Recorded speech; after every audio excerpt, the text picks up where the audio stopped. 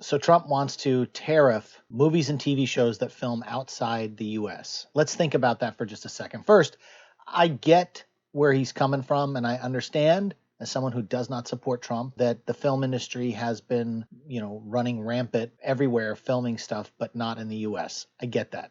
So I'm on the same page with that. We would all love to see movie productions and TV shows come back to the States. But here's the problem. A movie or a television show is intellectual property. Unless they rewrite those laws, a tariff on that is pretty much impossible because tariffs are on physical goods, minerals, aluminum, steel. A movie is not that. A movie is nothing when it's finished. You could theoretically tariff DVDs, but the DVD market is like this because everybody's doing streaming, so that there actually would be no revenue there. But intellectual property, they would literally have to rewrite all of the laws, and I just don't think that's going to happen. A lot of states already give incentives, either a grant, which is a cash rebate, or a tax credit. North Carolina, Georgia, Louisiana, New York, LA. But it's really hard to compete with a lot of other countries. I'll give you an example. If you have a film that is heavy with visual effects, you get a 40% tax credit if you do those visual effects in Canada. And so when you're looking at a lot of these Marvel movies and things like that, and you look at the credit reels, you'll see a lot of visual effects houses that are in other countries. North Carolina gives a 25% tax grant / rebate / check. It's cash. They basically give cash. But a lot of movie studios don't want that. They want the transferable tax credit. The grant, they have to end up paying taxes on. So, why would they want the 25% grant and then have to pay taxes on it? What they want is a transferable tax credit. So if you shoot a movie in Louisiana, which they have a transferable tax credit of, I think, 25 or 30%, something like that, they take that tax credit and they sell it to an oil company that's offshore drilling off the coast of Louisiana. They sell that tax credit to them, and they use that oil company to offset their tax balances. Same thing like Warner Brothers Discovery. They're shooting a lot of stuff in Atlanta because CNN, they also own CNN, which is a sub company.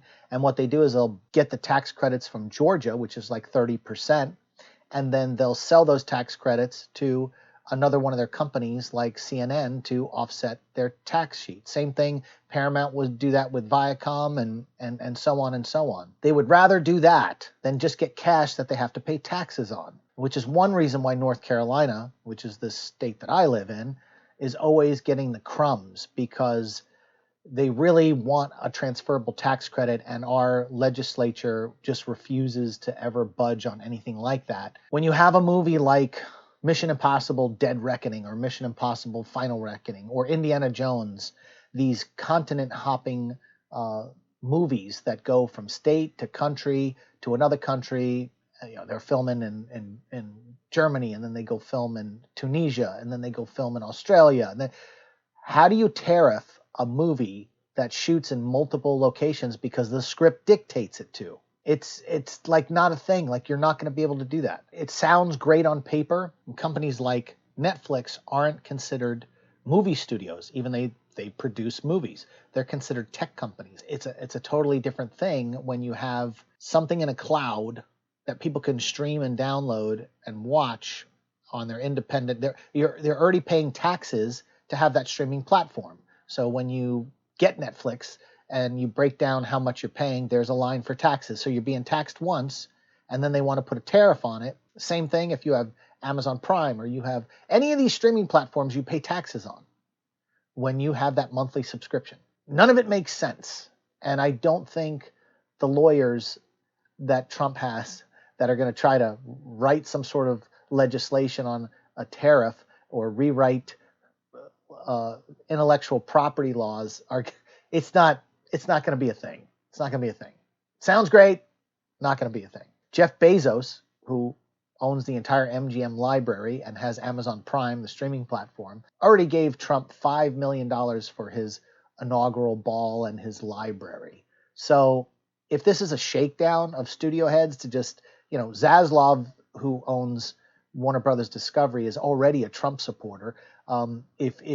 If this is a shakedown of studio heads to just give him cash, it might work. But I think come June 1st anyway, a lot of these tariffs on everything across the board are probably going to be scaled back, if not removed. And this is all talk coming from Trump about the movie industry, which isn't a surprise because everything that comes out of Trump's mouth is fucking garbage.